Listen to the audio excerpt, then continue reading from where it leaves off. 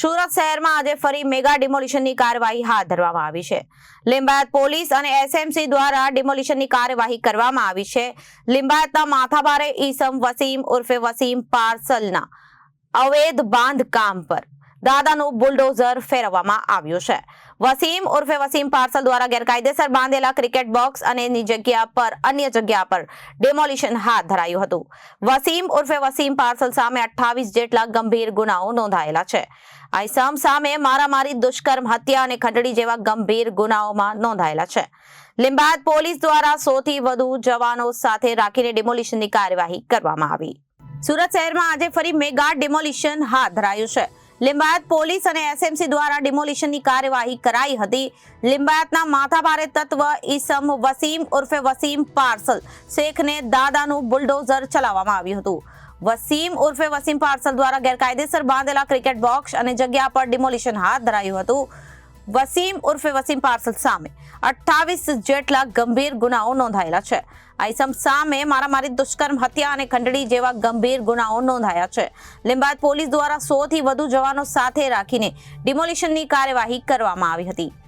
આજરોજ સુરત શહેરના લિંબાયત વિસ્તારમાં વસીમ પાર્સલ જે ઘણો નોટોરિયસ વ્યક્તિ છે, એના વિરુદ્ધ અનેકવિધ ગુનાઓ છે. લગભગ 25 જેટલા ગુનાઓ છે. એમાં પાસા પણ જઈ આવ્યો છે. આ ઉપરાંત એના ઉપર મારામારી, ચોરી, લૂંટ અનેક પ્રકારના ગુનાઓ છે. વધુમાં જોઈએ તો એ આ વિસ્તારમાં પોતાની ધાક જમાવવા માટે માંડવાળી કરવાની હંમેશા પ્રયાસ કરતો. પોતાના માણસો બેસાડી કબજો લઈ લેતો જગ્યાનો, મકાનોનો, અને પછી એ જે ફરિયાદી હોય એની સાથે ગેરવર્તણૂક કરી, દબાણ કરી અને એની પાસેથી સસ્તામાં મકાનો મેળવી લેતો. આ પ્રકારની અનેકવિધ ફરિયાદો અમને મળી હતી.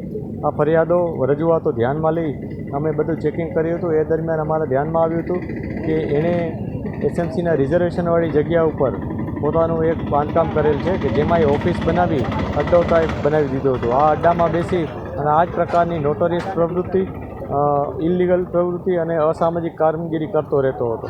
અહીંયા ઘણીવાર એ લોકોને બોલાવી ધાક ધમકીઓ આપતો, માંડવાળી કરાવતો. એટલે આ વિસ્તારમાં ઇન્ડાયરેક્ટલી એક પ્રભાવ પાડવાની સતત એના પ્રયાસો હતા.